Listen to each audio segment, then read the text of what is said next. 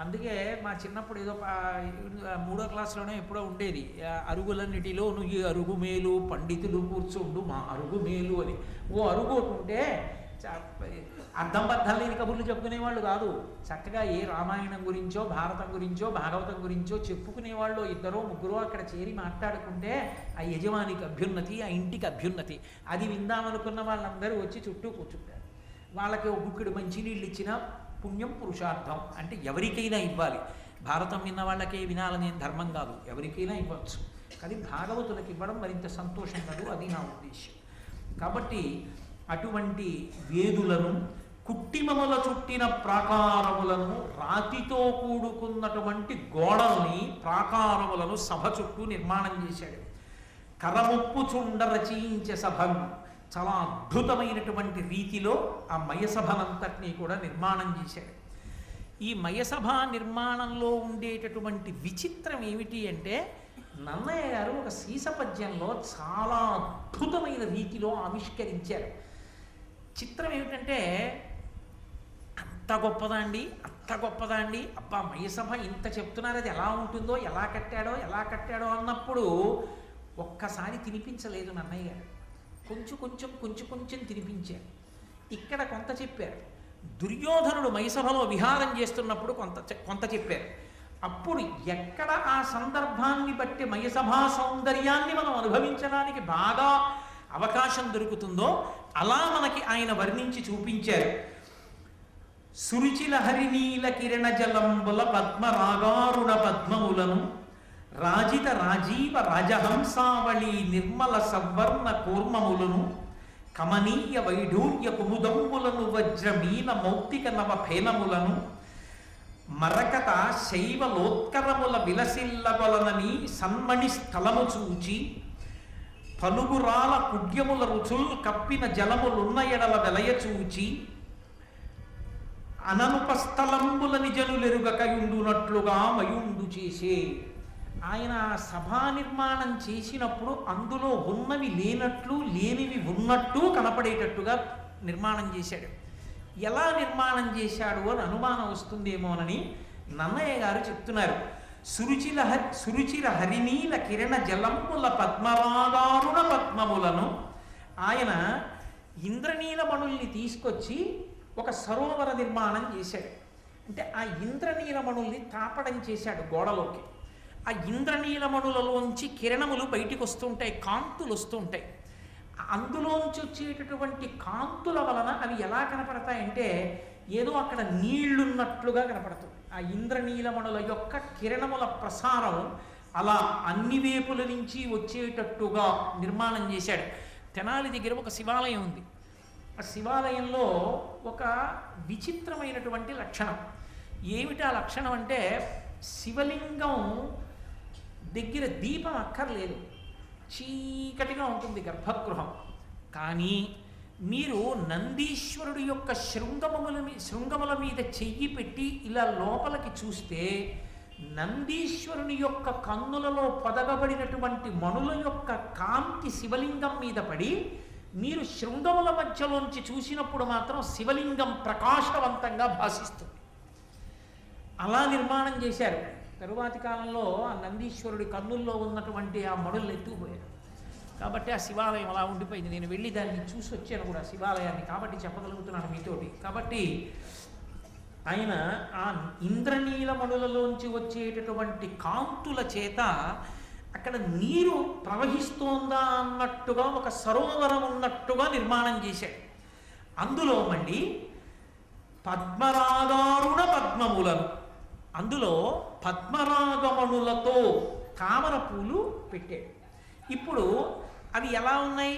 ఎర్రటి పద్మాలు ఆ కొలనులో ఉన్నాయేమో అనిపిస్తుంది. ఇలా దూరంగా నిలబడి చూశారనుకోండి, ఇంద్రనీలమణుల యొక్క కాంతుల చేత నీరున్నట్లు, ఇంద్రనీలమణుల కాంతులు ఆ నీటి మధ్యలో పద్మరాగమణుల చేత ఎర్రటి పద్మాలు పెట్టాడు. అందుకని నిజంగా ఎర్రటి తామర పూలున్నట్టు కనపడుతుంది. దానితో పాటుగా రాజత రాజీవ రాజహంసావళి నిర్మల సవర్ణ కూర్మములు, అక్కడ వైఢూర్యములతో కలువలను నిర్మాణం చేశాడు. ఇప్పుడు తెల్ల కలువలు అందులో విచ్చుకుని ఉన్నట్లుగా కనపడుతుంటుంది. వైఢూర్యంతో కలువలు చేశాడు. వజ్రాలతో చాపలు చేశాడు. వజ్రాలతో చాపలు చేయడం వల్ల దాని పొలుసులు ఉంటాయి. ఆ పొలుసులు తలుక్కు తలుక్కు తలుక్కు తలుక్కు మెరుస్తూ ఉంటాయి. అది ఒక్కొక్క కాంతిలో ఇలా తిరుగుతుంటే పొలుసులు మెరుస్తాయి, దాని కళ్ళు మెరుస్తాయి. ఆ పొలుసులు మెరవడానికి, ఆ కళ్ళు మెరవడానికి వీలుగా వజ్రాలతో చాపలు చేసి విడిచిపెట్టాడు. అవి వెడుతూ ఉంటే చేపలు నీళ్లలో తిరుగుతున్నాయి అనిపిస్తుంది. ఇది చాలదు అన్నట్లుగా ఆ నీటిలా కనపడుతున్నటువంటి ఇంద్రనీలమణుల కాంతుల కింద మరకతమణుల కాంతులు పడేటట్టు చేశాడు. ఇప్పుడు ఈ మరకతమణుల కాంతుల వలన ఏమవుతుందంటే నీటి అడుగున నాచు పట్టినట్టు కనపడుతుంది. ఏంటంటే మహానందిలో ఉన్న సరోవరంలో అత్యంత శుభ్రంగా ఉండి రూపాయి కాసు పడేస్తే కింద కనపడుతోంది అనుకోండి, అందులో చేప చచ్చిపోతుంది, బతకదు. ఎలా? నాచు లేకపోతే చేప ఎక్కడి నుంచి బతుకుతుంది? ఏం తిని బతుకుతుంది? తాబేలు, చేప ఇలాంటివి ఉండాలంటే అక్కడ నాచు ఉండాలి. నాచు ఉంటేనే నీటికి అందం. కాబట్టి ఆ కింద నాచున్నట్లుగా మరకతమణుల కాంతులు పడేటట్టు చేశాడు. మరకతమణితో చేసిన శిల్పాన్ని మీరు ఎప్పుడైనా చూశారో లేదో నాకు తెలియదు. విజయవాడలో కేవలం మరకతమణితో చేయబడినటువంటి అమ్మవారి దేవాలయం ఒకటి ఉంది. ఆ దేవాలయం మీరు దర్శనం చేస్తే మరకతమణితో చేయబడినటువంటి విగ్రహానికి హారతి ఇచ్చినప్పుడు వచ్చేటటువంటి కాంతి చూడొచ్చు. మంద ప్రసరణ ఉంటుంది. అది అచ్చు నాచు రంగులో వస్తుంది. ఆ నాచు ఎలా ఉంటుందో అటువంటి కాంతి ఆ మరకతమణులలోంచి వచ్చి ఆ సరోవరం కింద నాచున్నట్లుగా కనపడుతుంది. ఇప్పుడు ముత్యాలు తీసుకొచ్చి ఆ నీటి మీద ఎంత అందంగా అమర్చాడంటే నీటి మీద నురగల ముద్దలు ముద్దలుగా నిలబడినట్టు కనపడుతుంది. ఇప్పుడు అది సరోవరం కాదని చెప్పడానికి మీకు ఆధారం ఇది. అది మణులత కాంతుల వలన అలా వచ్చింది తప్ప ఇంకొకలా వచ్చిందని మీరు చెప్పలేరు. ఉందా అటువంటి నిర్మాణ ప్రజ్ఞ? ఉన్నది. నన్ను నమ్మండి. మీరు చూస్తాను అంటే ఇప్పటికీ ఉంది ఒక చోట. కాంచీపురంలో కామకోటి మఠం వారు ఒక గొప్ప కళాశాల నిర్మాణం చేశారు. దాని పైన శ్రీచక్ర ఆకృతిలో ఉంటుంది, దాని మీద బిందు ఉంటుంది. ఆ శ్రీచక్రం ఏమైందంటే దాని కాంతి వచ్చి నీడ కింద పడింది. ఇప్పుడు ఎవరైనా ఆ కళాశాలలోకి వెడితే ఆ శ్రీచక్రాన్ని తొక్కుతారు. నీడ తొక్కి లోపలికి వెళ్ళాలి. ఎలా? పైన అంతా పూర్తయిపోయి కింద ఆ చట్టా నిర్మాణం చేసిన తర్వాత ఈ పరిస్థితి ఏర్పడింది. ఇప్పుడు కళాశాలలోకి వెళ్ళడం ఎలా? కంచికామకోటి పీఠాధిపత్యం వహించినటువంటి అపర శంకరావతారులు మహాపురుషులు చంద్రశేఖరేంద్ర సరస్వతి మహాస్వామి వారికి వెళ్ళి చెప్పారు, అయ్యా శ్రీచక్రం యొక్క నీడ పడింది కింద, ఎవరైనా లోపలికి వెడితే శ్రీచక్రాన్ని తొక్కి వెళ్ళాలి, ఎలా అని అడిగారు. ఆయన కొంతసేపు ధ్యానం చేసి కామాక్షి పరదేవతని ప్రార్థన చేశారు. ఏమి తొక్కర్లేండి, వెళ్ళండి అన్నారు. ఎవరైనా ఇప్పుడు వెళ్ళి ఆ శ్రీచక్రం దగ్గరికి వెళ్ళి మీరు ఇలా నిల్చున్నారనుకోండి, మీ ముందు ఉంటుంది యథార్థంగా మేరు ఉంటుంది నీడ. కాలెత్తారనుకోండి మేరు మీద పడుతుంది. ఎలా? మీరు భయపడతారు.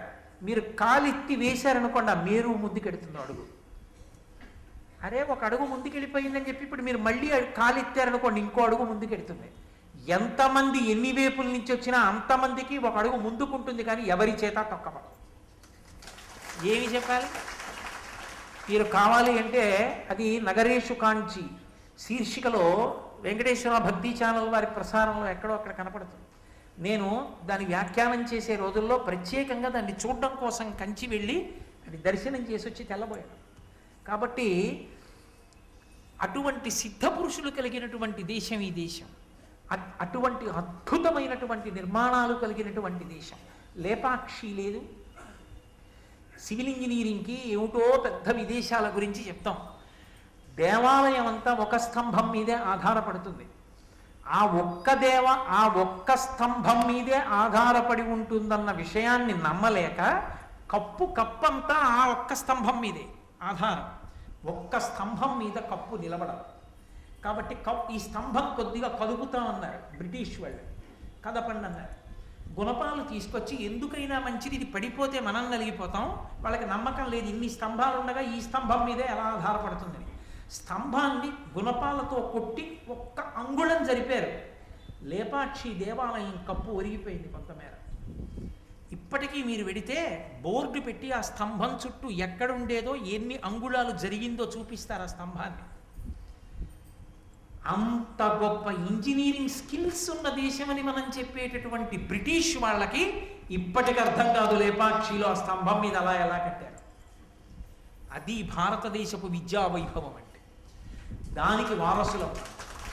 కాబట్టి ఎందుకు నిర్మించలేడు మయుడు? ఆయనకున్న దేవతానుగ్రహం అటువంటిది.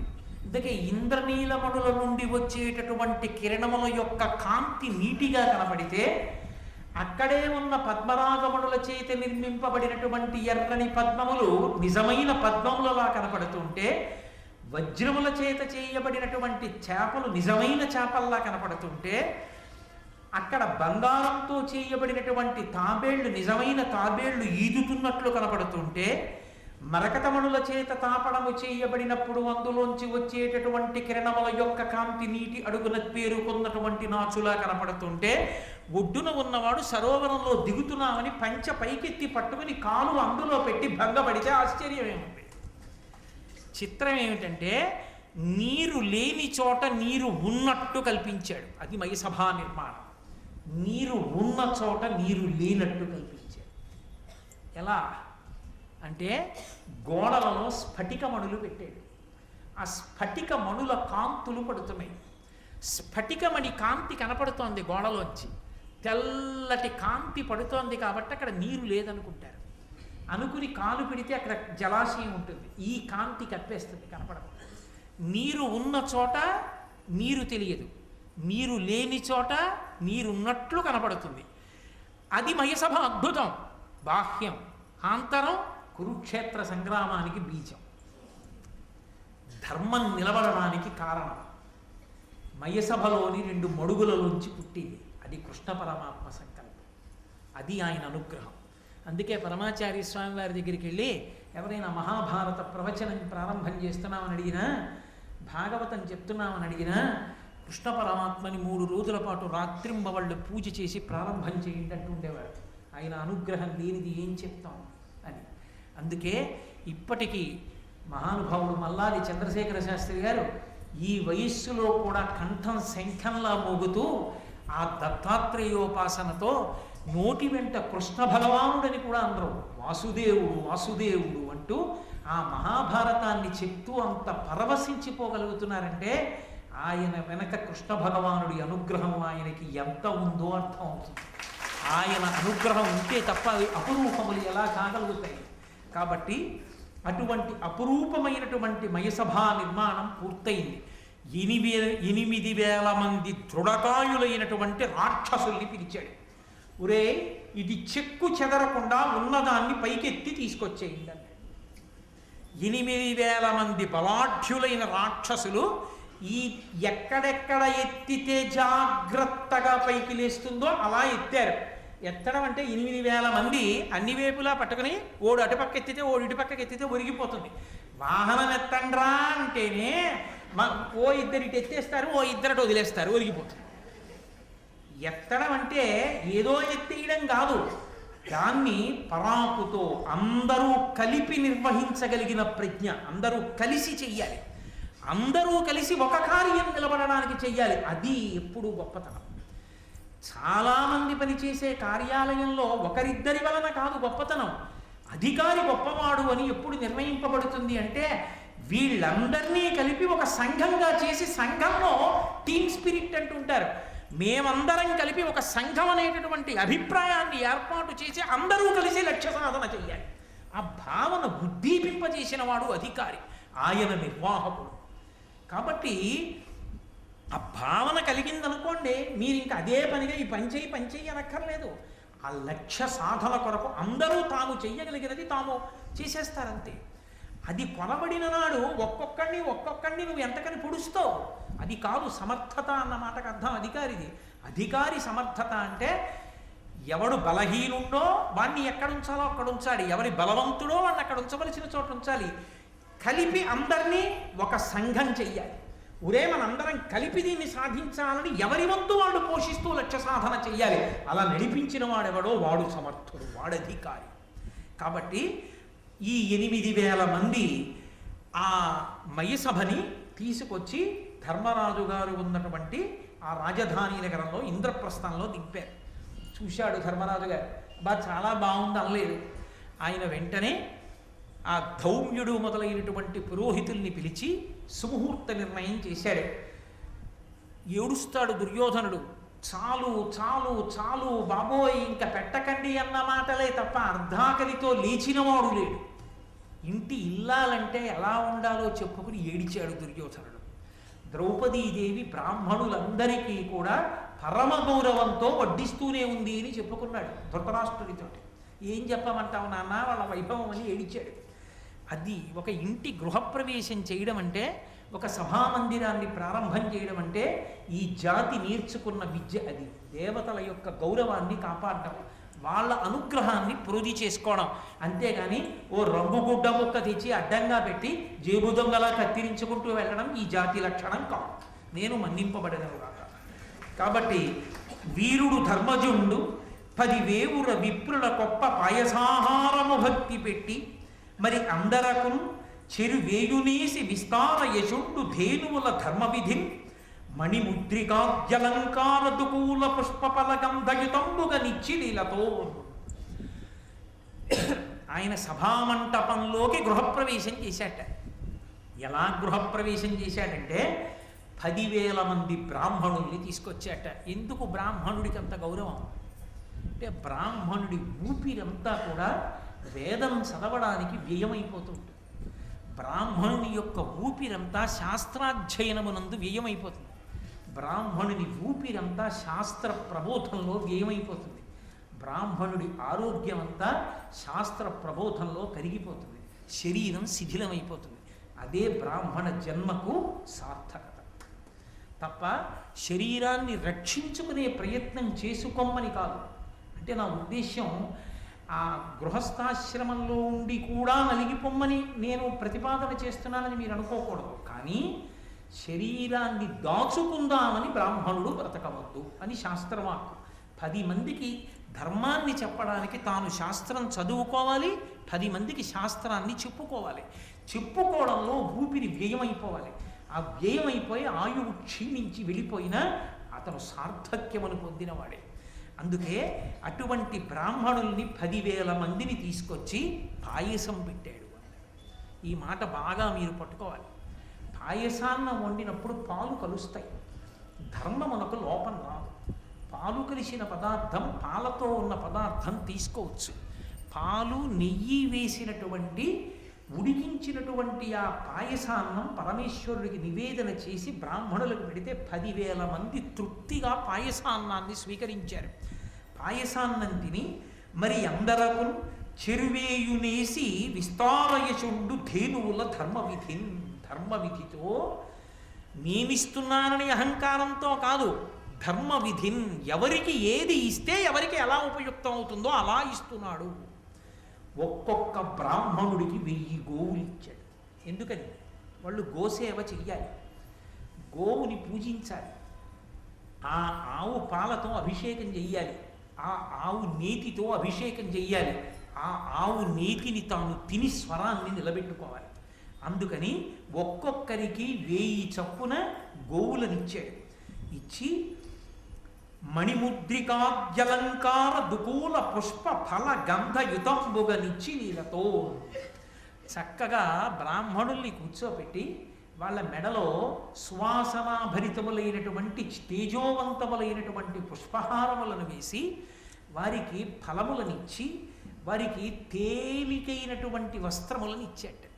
ఎందుకు తేలికైన వస్త్రం ఇవ్వడం అంటే, తేలికైన వస్త్రం ఇవ్వడం అంటే ఖరీదు తక్కువ వస్త్రం అని కాదు దాని ఉద్దేశ్యం. తేలికైన వస్త్రము అన్న మాటకు అర్థం ఏంటంటే, సన్నని బట్ట అంటే బాగా నేయబడినటువంటి బట్ట. చక్కటి వస్త్రాల్ని తీసుకొచ్చి ఆ బ్రాహ్మణులకిచ్చి మణులతో కూడినటువంటి హారములను వాళ్ళకి అలంకారములుగా సమర్పించి వాళ్ళకి చందనాన్ని అలదాట్. మీరు ఎక్కడ చూడండి బ్రాహ్మణ పూజ యందు చందనాలంకారము ఎంత అవసరమో మనకి చెప్తారు. ఆఖరికి భాగవతంలో కుచేలోపాఖ్యానంలో కూడా సాక్షాత్తు కృష్ణ భగవానుడంతటి వాడు కుచేలుణ్ణి కూర్చోపెట్టి ఆ చందనాన్ని అలదాడు. బ్రాహ్మణ పూజ యందు చందనాలంకారం అనేటటువంటిది అంత ప్రధానమైనటువంటిది. చక్కగా ధర్మపత్ని పిల్లలు ఆ చందనం తీస్తే బ్రాహ్మణ పూజ యందు ఆ చందనాన్ని అలంకారం చెయ్యాలి. కాబట్టి దుకూల పుష్ప ఫల గంధయుతంబుగనిచ్చి లీలతో వీటన్నిటినీ బ్రాహ్మణులకిచ్చి ధౌమ్యుడు మొదలైనటువంటి బ్రాహ్మణులందరి చేత ఆశీస్సులు అందుకుని ఎక్కడా ఏ దుశ్శకునములు కూడా గోచరించకుండా మిన్నుముట్టినటువంటి మంగళవాయిద్యముల నడుమ ధర్మరాజు గారు తన యొక్క సోదరులతో కలిసి సభామంటపంలోకి గృహప్రవేశం చేశాడు. ఎంతో సంతోషంగా సభామంటప ప్రవేశం జరిగింది. ఈలోగా అకస్మాత్తుగా నారద మహర్షి వచ్చారు. ఎప్పుడైనా ఎక్కడైనా దేవకార్యం జరగాలి అంటే మహానుభావుడైనటువంటి నారదుడు రావాలి. నారద మహర్షి వచ్చినటువంటి ఘట్టాన్ని విన్నా, నారద మహర్షి యొక్క దర్శనం విన్నా, నారద మహర్షి యొక్క వైభవం విన్నా వెంటనే పరమేశ్వరుడు ప్రీతి చెందుతాడు. నేను ఉత్తినే అంటున్నానని మీరు అనుకోకండి. ఎందుచేత అంటే మనకి ఒక అక్కర్లేనటువంటి ఆలోచన ఒకటి ఉంటుంది, ఆయన కలహభోజనుడు అని. కాదు, కలహము అతిశయిల్లి తీరుతుంది ఎక్కడ? ధర్మాధర్మముల మధ్య జరుగుతుంది. ధర్మాధర్మముల మధ్య పరిపక్వమైన స్థితి వచ్చింది. ఇప్పుడు కలహం పుడితే అధర్మం నశించిపోతుందన్నప్పుడు నారదుడు వస్తూ ఉంటాడు. ఎప్పుడెప్పుడు ఇక ధర్మం పూర్తిగా సత్తాని పొందిందో, అధర్మాన్ని తొక్కగలదో, అప్పుడు నిప్పురవ్వ పైకి లేచేటట్టుగా చేసేవాడు నారద మహర్షి.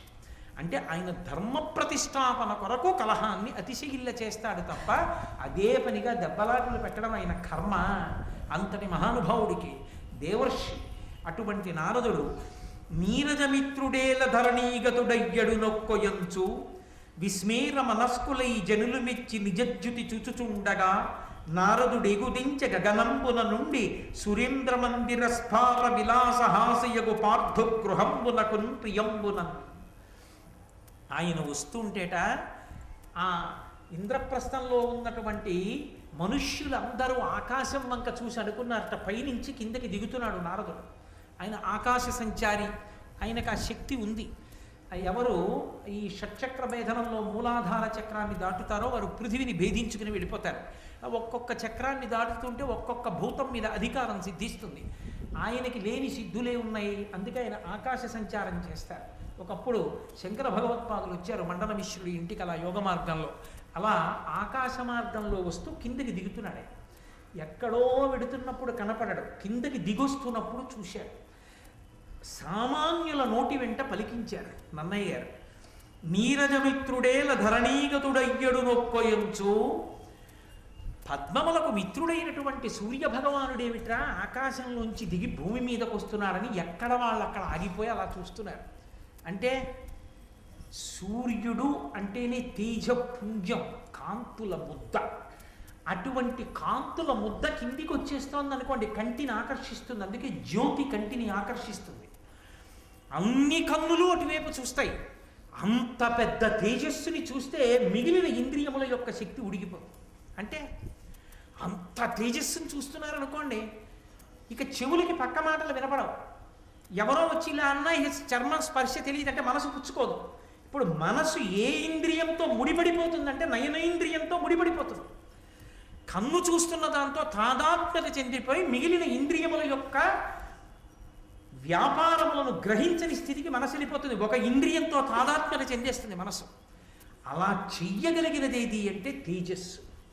అదిగో ఆ తేజస్సు దిగుతోంది. అది మామూలు తేజస్సు కాదు, అది సూర్యుడే దిగి వచ్చేస్తున్నాడు అనుకోండి. లోకమంతా ఏమంటుంది, అయ్య బాబా అదేమిటి సూర్యుడి కిందకు వచ్చేస్తున్నాడు అలాగా, మన తేజస్సు వంక చూస్తూ అలా ఉండిపోతుంది, ఎలా దిగి వచ్చేస్తున్నాడు. అలాగట వాళ్ళందరూ అనుకున్నారట సూర్యుడు వచ్చేస్తున్నాడు కిందకి. అదేమిటి ఆకాశంలోంచి భూమి మీదకి దిగుతున్నాడు సూర్య భగవానుడు. నీరజమిత్రుడేల ధరణీగతుడయ్యడు నొక్కొయంచు విస్మేర మనస్కులై జనులు మెచ్చి నిజజ్యుతి చూచుచుండగా.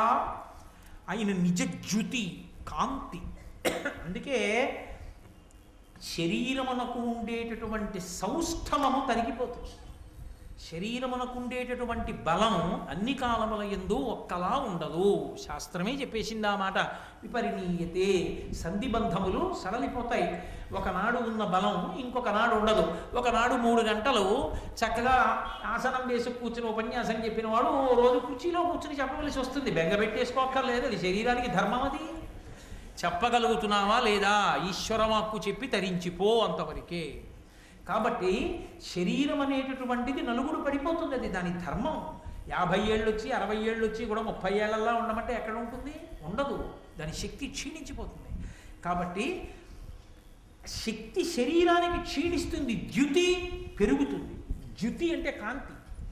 కాంతి ఉపాసన ఎంత పెరుగుతోందో, భగవద్భక్తి ఎంత పెరుగుతోందో, ధర్మం ఎంత పెరుగుతోందో, కాంతి అంత పెరిగిపోతుంది. అందుకే బాహ్యాలంకారమునకు ఆ ద్యుతికి సంబంధం ఉండదు. మీరు ఎప్పుడైనా చూశారో లేదో, కామకోటి పీఠాధిపత్యం వహించిన మహాపురుషుడు చంద్రశేఖరేంద్ర సరస్వతి మహాస్వామి వారు నడుస్తున్నటువంటి విషయాన్ని మీరు చూడండి. ఎప్పుడైనా మీరు ఆయన్ని చూస్తున్నప్పుడు ఎంత గబ్బ గబ్బ గబ్బ గబ్బ గబ్బ గబ్బ వెళ్ళిపోతుంటారు. ఒక కాషాయం గుడ్డ కట్టుకుని ఈ భూమికలు కూడా పైకొచ్చేసి ఈ కళ్ళు ఇంత లోతుకెళ్ళి ఉంటాయి. విభూతి కూడా త్రిపుండ్రములుగా ఉండదు. ఇలా పెద్ద ముద్ద పెట్టేసుకుని ఇంత బొట్టు పెట్టేసుకుని ఒక్కొక్కసారి మారేడు దళాల దండ తలకి చుట్టేసుకుని ఆ బట్ట ఇంత పైకెత్తి పట్టుకుంటే చంటి పిల్లల మోకాళ్ళు ముసలి వాళ్ళ మోకాళ్ళల్లా ఎలా ఉంటాయో అలా ముడతలు పడిపోయిన మోకాళ్ళతోటి సన్నని కాళ్ళు, ఇంతంత పెద్ద పెద్ద పాదాలు తమలపాకుల్లో ఒడిలిపోయి ఆ సత్యదండం పట్టుకుని కమండలం పట్టుకుని ఆయన నడిచి వెళ్ళిపోతుంటే అంత వేగంగా ఏ అందం ఉందని మీరు ఆయన అలా చూడగలరు. కానీ మీరు పసిపిల్లలకి చూపించండి, అలా ఉండిపోతారు. ఆ కాంతి ఆయన ఒక వీడియోలో ఒక దృశ్యంగా చూస్తున్నప్పుడు నడుస్తుంటేనే ఆకర్షిస్తే, ఆయన బయట నడిచినప్పుడు ఎలా ఉండి ఉంటుంది 90 ఏళ్ల వయస్సులో కూడా. బాహ్యంలో క్షీణించిపోయారు, ఆంతరమునంద కాంతి అటువంటిది. అది ఈశ్వర తేజస్సు, ఆ ద్యుతి అటువంటిది. ఆ ద్యుతి సూర్యుడి కాంతితో సరిపోయింది. సూర్యుడు దిగొస్తున్నాడు అనుకున్నారు. అది భగవదుపాసన శక్తి యొక్క గొప్పతనం. అది సనాతన ధర్మంలో భగవదుపాసన చేసి తరించిపోమన్నారు. కాబట్టి విస్మీర మనస్కులై జనులు మిచ్చి నిజద్యుతి చూచుచుండగా నారదుడి గుదించ గగనంబున నుండి సురేంద్ర మందిర స్ఫార విలాస హాసయగు పార్థు గృహంబునకున్ ప్రియంబునన్.